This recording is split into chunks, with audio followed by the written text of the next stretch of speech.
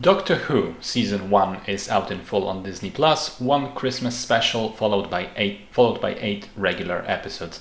Now, you may be wondering what the hell is this guy talking about? Doctor Who has been around for ages. What's Season 1?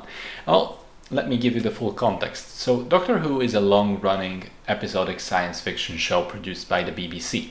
It follows the Doctor, a humanoid alien from a species called Time Lords, and the Doctor, with his various human companions, travels across space and time and has various adventures, some of them funny, some of them serious, some of them scary, some not. And one of the central conceits of the show is that Time Lords can occasionally regenerate into new bodies, into new faces, which is how the show explains its periodic actor change.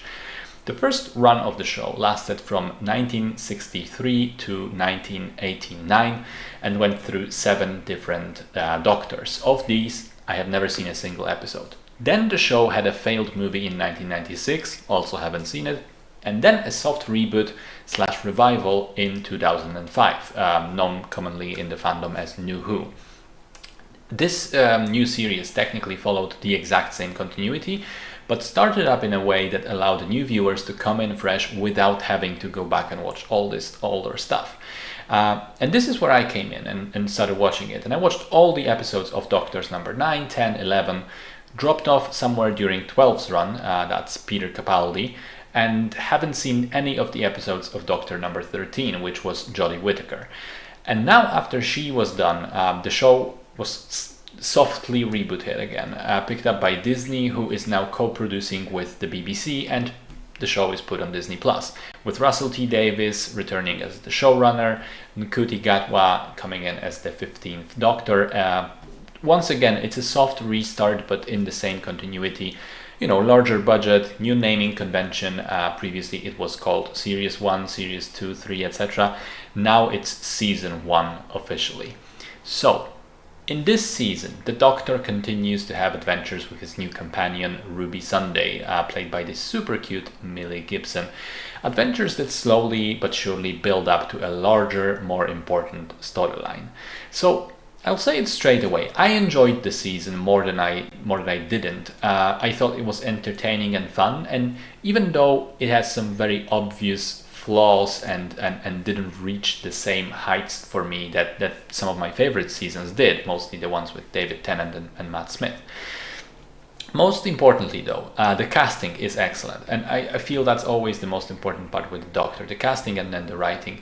It's always big shoes to fill when it comes to the character of the Doctor, and Ncuti Gatwa is exhilarating right from his first appearance in the not even the Christmas special, but one of the last of the 3 specials with David Tennant returning for a brief moment.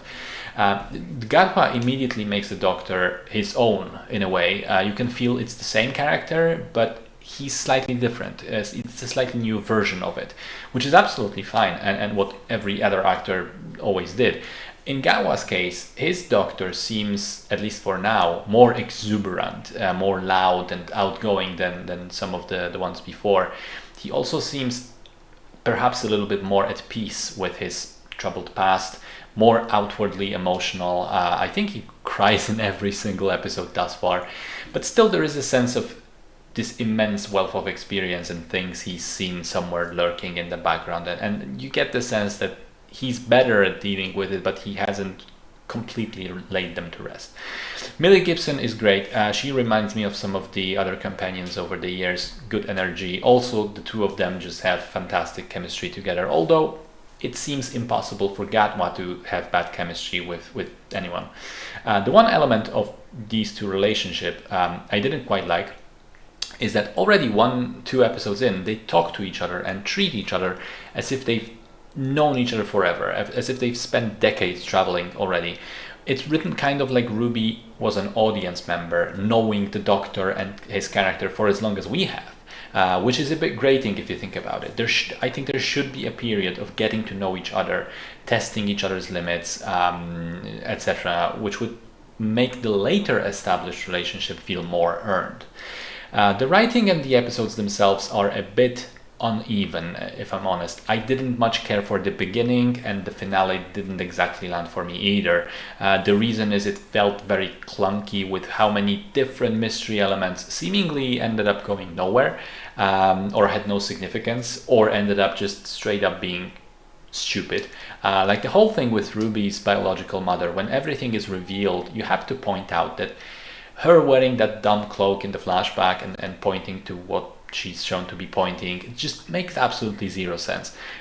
It is clear that some things have not been resolved yet, and we will get some more explanations in the next season, so perhaps some of my complaints are premature, but at this point in time, it felt a bit rough. However, the middle episodes of the season are where the show really shines. Especially episodes 3, 4, and 5 are rather brilliant and feel a bit like Black Mirror more than Doctor Who, but I mean that in the best way. Episode 4 is my absolute favorite. Yes, it's strange. Yes, it kind of breaks the lore for now, unless it gets explained later on. Probably will. But it was haunting and beautiful and creepy and very original. Loved it. The special effects overall definitely look much better, but they're still within that sort of campy territory like the show has gotten us used to. And I like that. I think it would have felt strange if it was too good, you know what I mean.